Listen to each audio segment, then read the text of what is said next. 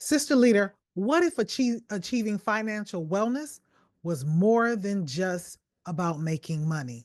Today, we're exploring how financial stability and freedom contributes to a thriving life. So let's dive into how managing your finances can empower you to live with more confidence and security. Welcome to the Inspired Well Minded Woman podcast. I'm your host, Dr. Denise, your wellness mindset and resilience coach.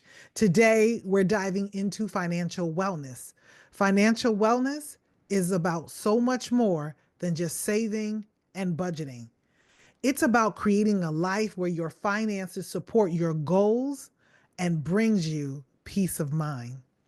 Before we dive in, though, I'd like to invite you to take the free Well Minded Life self assessment.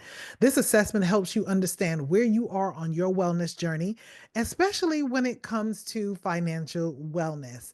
You'll find the link in the show notes to get started. Now, let's get into it. Financial wellness starts with creating stability and taking control of your finances. This doesn't necessarily mean wealth, although we all want to achieve a greater level of wealth, and that would be lovely. However, it does mean being able to cover your needs, plan for the future, and have the freedom to make the choices that align with your values and the life you desire. Financial wellness allows you to feel secure and empowered, helping you pursue the lifestyle you desire without feeling constrained by money. Research shows that people who manage their money responsibly experience lower levels of stress, a greater sense of security, and even improved physical health. So when we prioritize our financial wellness, we're not just setting ourselves up for success, we're creating a foundation that supports our overall wellness. So, Sister Leader, I have a question for you. Have you ever felt stressed by money issues? Whether it's trying to make ends meet, managing debt, or feeling uncertain about the future. Many of us have felt that pressure, and it's easy to fall into a cycle of living paycheck to paycheck.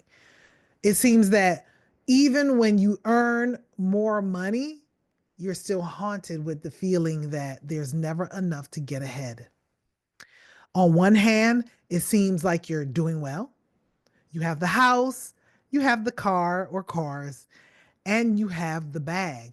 But there's times when it's not enough and is not enough left, and it certainly feels like you don't have enough to enjoy life the way that you want to.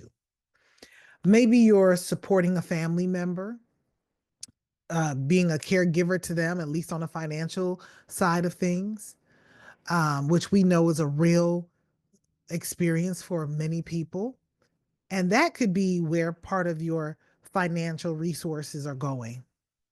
Or your significant other. Maybe you're being supportive and covering more costs while he's working to get his business off the ground. That's a reality for many of us as well. Or maybe perhaps there's been a life event where you're now single and you don't have the two incomes in your home, and now you're having to um, handle it all by yourself. And you're capable of doing it, but there comes at times some lifestyle changes that has to happen when you're now down to just one income versus two. Or could it be as simple as not realizing that you may be living above your means? No one really wants to admit to living above their means. It's almost easier to talk about living from check to check, but in reality, it may not be easy to talk about our finances at all. Certainly, if you grew up in a family where money conversations were scarce, or when money conversations were happening, you were hearing things like money doesn't grow on trees, or I'm broke, or I can't afford that, or I just don't have it. Or maybe comments like, what do you think, we're rich? I don't know how many of those statements you heard growing up, but I knew when I grew up hearing those statements and trying to evaluate it according to what I saw, there was a misalignment because sometimes I would hear my dad saying, "Oh, baby, I'm broke," but he had a wad of money in his hand. So that would always confuse me. Or he would say, I'd say, "Dad, let me have $20 or whatever it was I was asking for at the time," and looking at the wad of money in his hand, and he'll, "Baby, you don't want this. It's just lunch money." And so those things not only created confusion in my mind because I'm seeing a lot of money and I'm talking big bills. I'm not talking about a handful of singles. And then having to be told that they don't have it, even though I'm seeing it, not knowing what it was allocated for, right? And always having reasons why it was never enough. And so my mom, her thing was money didn't grow on trees. You see, or do you think I have a money tree in the back? And, I want to say this: I respect what our parents had to go through, what my parents had to go through to raise us, because everyone has their own story and life experience. And we can't, it's easy for us to judge sometimes and take those things for granted when we hadn't walked in their shoes. But here's the thing: we have a choice to do better and change it in our lives. So if you grew up hearing these money comments and statements being made, and that was the only conversation about money that you heard growing up, then it's not completely your fault if you lack the right money habits to get ahead, especially if you've not taken any other initiative in learning financial literacy, learning how to manage your money better. So when you made five figures, you lived check to check. And now you're a six-figure earner and you're still living check to check without changing your habits, without learning how to manage your money better. Your money habits, the money habits you learned and behaviors you learned from childhood are still there. Yes, you can buy bigger things and more things with the amount of money that you earn now, but the habits and how you handle money is where the problem may be for you. And so, unless you are intentional about improving your financial literacy and developing better money habits and a money mindset to help you eliminate and overcome the old programming, it will always keep you financially stuck if you don't invest in yourself to seek to change yourself in that particular area of your life. Because even though we're adults and we've been earning and making money and living on our own for a while, does not mean that we're doing well. That's why I hire coaches and mentors to help me get to the next level. And I've been investing in myself for years because I know that I don't know it all. I'm not always the smartest person in the room, and that sometimes you need the extra help. You don't know what you just don't know. And for most of the women that I've had this talk with, they've all said the same thing. They've all had the same thing in common. None of them learned good money habits from home. And they admit that the first time they even began to learn or understand good money habits or good money management was in college and or in their adult life. As life was changing for them, they learned to do better. So there was really no official training that they had. It was through those life experiences and struggles. And even though they're better, it doesn't mean that they're perfect at it. So there's still many people out there who get stressed out when it comes to paying bills and having to look at their finances. whether it's once a month, twice a month, or whatever the situation may be for you, they get stressed out. And it's overwhelming to sit and look at their financials globally to see where they need to make adjustments and improve their habits.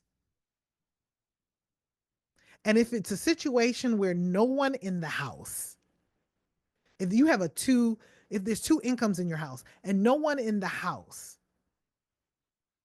is willing to really look at their financial landscape to see how they're doing financially, you're contributing to your demise and limiting yourself from being able to go to the next level. So you're not the only one out here if this applies to you.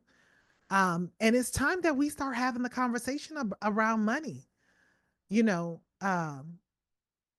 the more open we are in a safe space to talk about our money situation, the better we can learn to get ahead, because you just don't know the person, your best friend, or maybe not your best friend. You should know if your best friend is better at handling money than you do. That should be something you should know.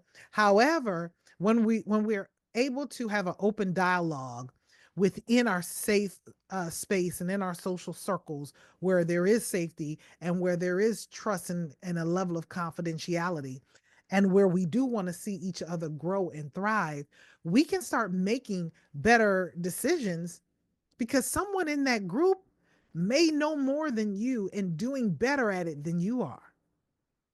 So, you know, have the conversation so you can start making better money decisions for yourself. And here's the thing. If you think you're doing well and you really are, I applaud you for that. Because there's still times when I sit down to figure my stuff out and come up with a plan so I can reassign my money, because I give my money assignments so that it will work for me. Even in those moments, it's still a little stressful for me because that's not my wheelhouse. I have most of the basics down where some people still struggle with those basics. However, I still have two coaches that I work with. So don't get me wrong. I've been in that same financial struggle boat.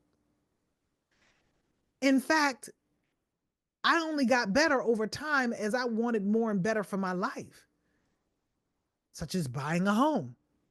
That was the first real look at, okay, what needs to happen.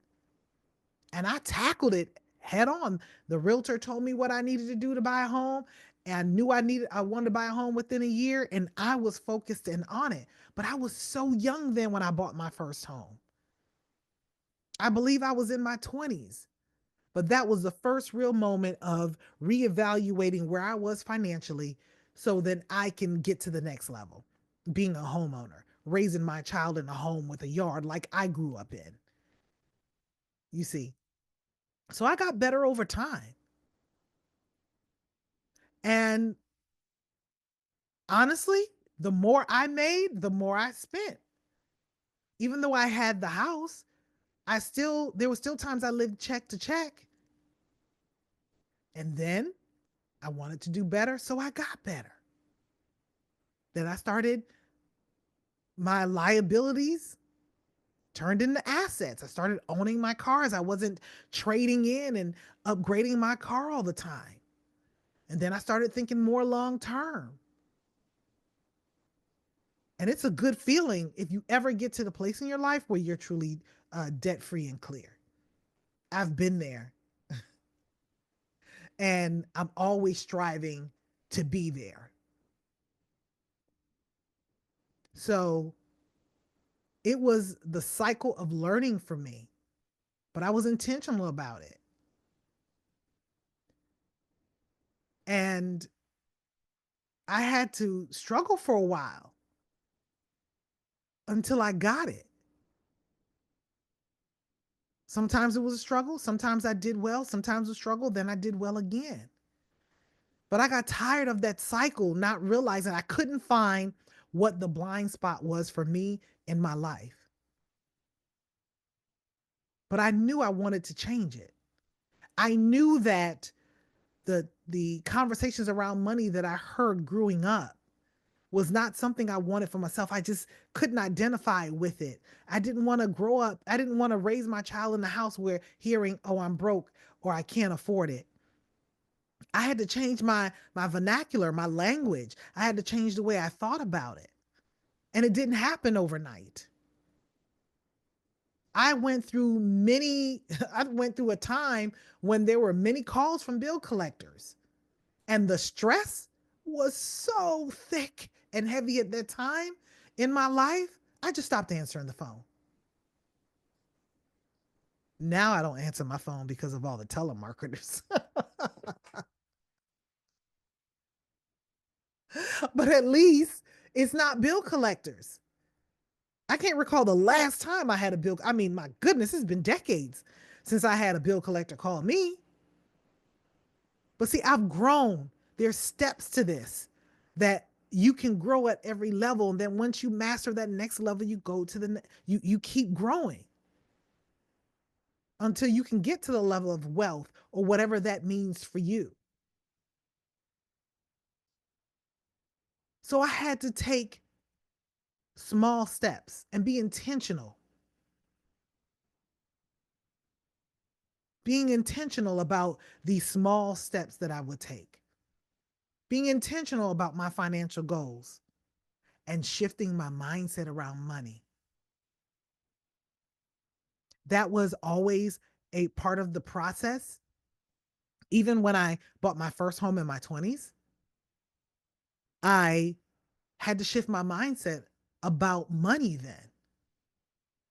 And I wasn't making a lot, but I was confident that that was just a start for me. And then I got better, and then I improved, and then I sought help, you see. So I go and I seek the information to learn what I don't know. And then began to feel a true sense of financial freedom and stability. I have not met very many people who have said they know what it feels like to be financially free and clear. And because I have been there, I always want that feeling. I always want to live there. The level of peace of mind, oh my goodness, it's just amazing.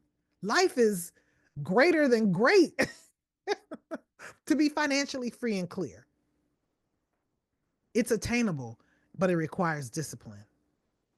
So, have you ever found yourself feeling anxious and overwhelmed when looking at your finances? You're not alone if that is something that you experience. Some people just rather not deal with it. They pay their bills and they go on without looking at the damage that had already been done. But it's time you look at it. It's time to have the conversation. And if you don't feel comfortable doing it by yourself, invest in a coach. I know two coaches right now. Well, there's only one that I know that will sit down and work with you on your finances. It used to be two. One is already a millionaire. She's not doing that work anymore, right? So I have someone else who will help you sit down and create a budget for yourself and work those things out for yourself based on what you currently have coming in. And the other one is the one who helped me with my mindset um, in more recent years. So I've done the practical work, and then I in more recent years I hired a coach to help me with my money mindset, to feel more confident in the decisions that I was making. Because although I've far surpassed where I used to be, I'm not where I want to be. And again, those financial blind spots that you may not realize that you have. So you're not alone. One day I decided to take a hard look at my financial habits. And what I discovered was so eye opening. It was a moment of realization that inspired me to create a financial wellness plan for myself to support my life and not just my bills, especially the way that I like to travel.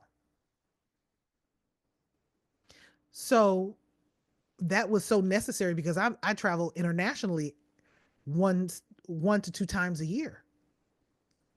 I'm not even considering the domestic traveling that I do. So there has to be a financial wellness plan in place for me so I can enjoy my life.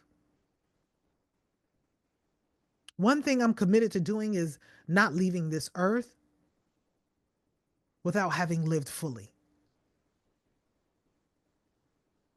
And I have to say it that way because when my dad died, I remember the last conversation I had with my father before he transitioned. I'd asked him if he'd done everything he really wanted to do. You know, he was retired, he'd been remarried. He had the opportunity and the means and resources. And he said to me, when I asked him, I said, Dad, did you do everything you wanted to do? Right? I didn't know he was going to die before I saw him again, but we knew he didn't have a lot longer. And so he said, no, he didn't.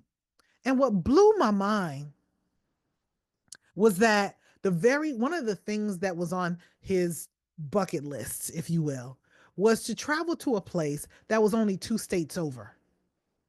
As long as I have been alive and known my father, he's always taken road trips. It was nothing for him to take a road trip. It's not like he didn't have vehicles because he had that, you see, but he never took the time to do it. And I asked him why, and he said, well, I thought I'd always have more time. And so I vowed in that moment. And then I reestablished, recommitted myself to that vow after he died, before we can get a chance to see him again, to make sure I don't live with the regrets. That was heart-wrenching to me. Like, what? The place you want to go is 2 states over? You could do that in a day. Well, less than a day, and get there and still enjoy part of the day. So that blew my mind. And so I assigned my money to allow me the lifestyle that I want and the ability to travel domestic and internationally and to connect with other people around the world, to see the world. So I encourage you to do the same. You can do the same without stressing about your money. Financial wellness doesn't mean that you have to become an expert in finances. I'm not, by far. But the basics I have down, such as budgeting. I may have to check my numbers 2 or 3 times, but I am notorious when it comes to budgeting. I give my money assignments so that I'm not living check to check.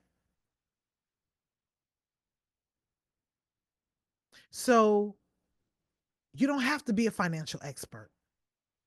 You don't have to have an entire overhaul of your lifestyle. You can start by setting a small achievable financial goals. Give your money assignments. So here are 3 things you could do to get started. Number one is you could create a budget. A budget does not mean you're broke. I remember having this conversation recently with someone, and this particular woman felt that budget meant that she was broke and she was above having a budget. And I'm thinking to myself, are you serious right now? A budget is nothing more than financial planning for your life. Businesses do it. You financial plan for your business, but you won't create a financial plan or budget for your personal life. And so it was through conversation. At the time, there was a money coach present, and we helped her overcome her own limiting beliefs about money and having a budget, because she grew up hearing that only broke people budget, but that's not true at all, you see. So, those things that can hold you back in life. Number two, you can set aside small amounts of money for savings. When I first started this many years ago, I had to learn to pay myself first. It really felt uncomfortable knowing I had outstanding bills, but then as I got in the habit of paying myself first, it became a no-brainer. And um, it became easier to do as I developed the habit. Number three, how about paying off one debt? One debt that's easy for you to pay off. How about paying it off? How about that? You will feel so good when you eliminate at least one of your debts, whether it's a credit card or maybe, you know, your car payment, something, whatever it is that's outstanding, pay it off and celebrate yourself for doing so. Because as my money mindset coach said to me, basically when you have a bunch of debts out there, liabilities, the creditors are competing with you for your money. And that was like such eye-opening revelation for me, because I was like, wow, I never looked at it that way, but now that you say it, and if you look at credit card interest rates, they are sky high. I recently got a letter in the mail about one of the credit card interest rates increasing. I believe it was 31.99%. When I read the letter, now it's a card that has a zero balance on it. And when I read it, my first thought was get rid of the card. There's no way that I would pay that type of interest rate on a credit card. Now, I also have the habit of, in most cases, depending on what it is, for credit cards that with interest rates that high, to make sure I pay off the balance within 30 days. So that's one of the other things that I do. And another key step that you can do is reframe how you think about money. Just because you weren't taught or shown what having a good relationship with money is and does not mean, it doesn't mean that you have to live by those limiting money beliefs. You can do the work, you can do the research, you can hire a coach to help you get to that next, to handle what you currently have, being a good steward with what you have, and then helping you come up with a plan to get to the next level. I started by reading books on smart money management in my 20s, and I still implement those strategies today. So, doing this helped me budget better and think differently about my money. I also learned through self study that money is just a tool that supports your values and your goals. It doesn't define your worth. I didn't know that when I was younger, because everybody was about what car you can afford, where you lived, and what have you, and we didn't deal with people that lived in a certain area, right? But money doesn't define your worth.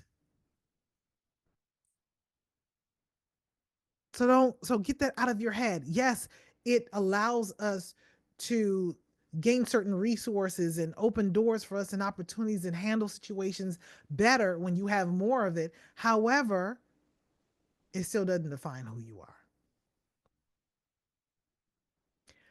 So when you approach your finances from the mindset of empowerment, you're able to make choices that align with your life vision. And if you haven't revisited your life vision, maybe it's a good time to do that as well. It's important for a wellness journey.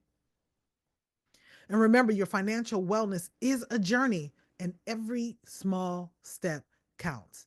And the most recent thing that I did was invest in a money mindset coach, as I've been saying here, who has helped me and make significant shifts in my mindset about money and in my relationship with money. Again, I couldn't see my blind spots, but working with her really helped pinpoint certain areas that um, I needed to do better in. Some mindsets and habits I needed to let go of. I'm always learning and striving to be and do better in my life. And if you haven't been that way in yours, I hope that this will encourage you to start. I plan to have a money mindset coach on in the future, the one that I worked with, and also the money coach. So there's a money mindset coach and then there's a money coach. I've had both. So I will say that to keep myself on top of things, I still have sessions with both of them. So I don't default back to old ways. And I'm grateful for my money mindset coach and for the money coach. They're two different areas of money. One deal with your mind and your relationship and how you think about money and your limiting beliefs, and the other one helps you with the practical stuff and laying a foundation so you can manage your personal finances well. And so you want to have both because you can change your mindset, but not understand the fundamentals and the tools on how to better manage what you already have. And so I found that for me, having both was very beneficial. And the people that I know work with the money coach, they're all ages, they're at all financial economic status in life.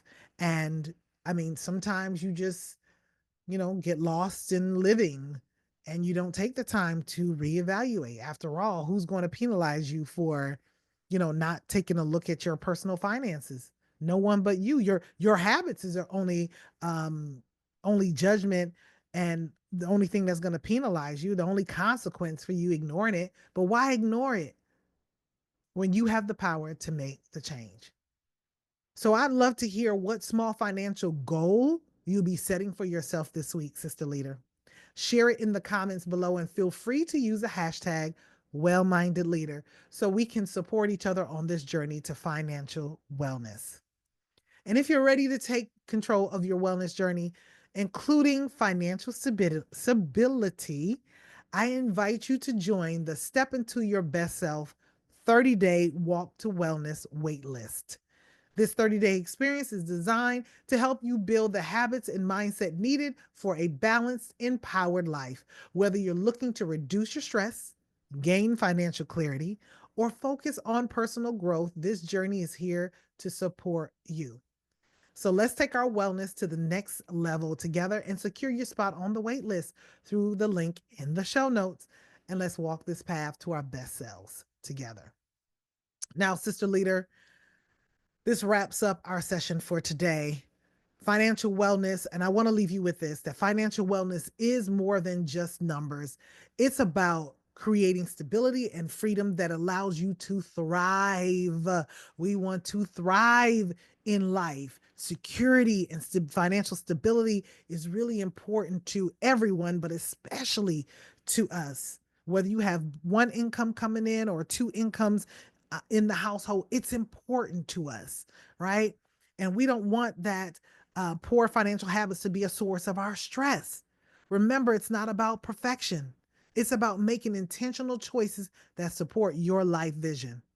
And I'm so honored, so truly honored to walk this journey with you. So be sure to join us next week as we continue this series and explore the next pillar of wellness.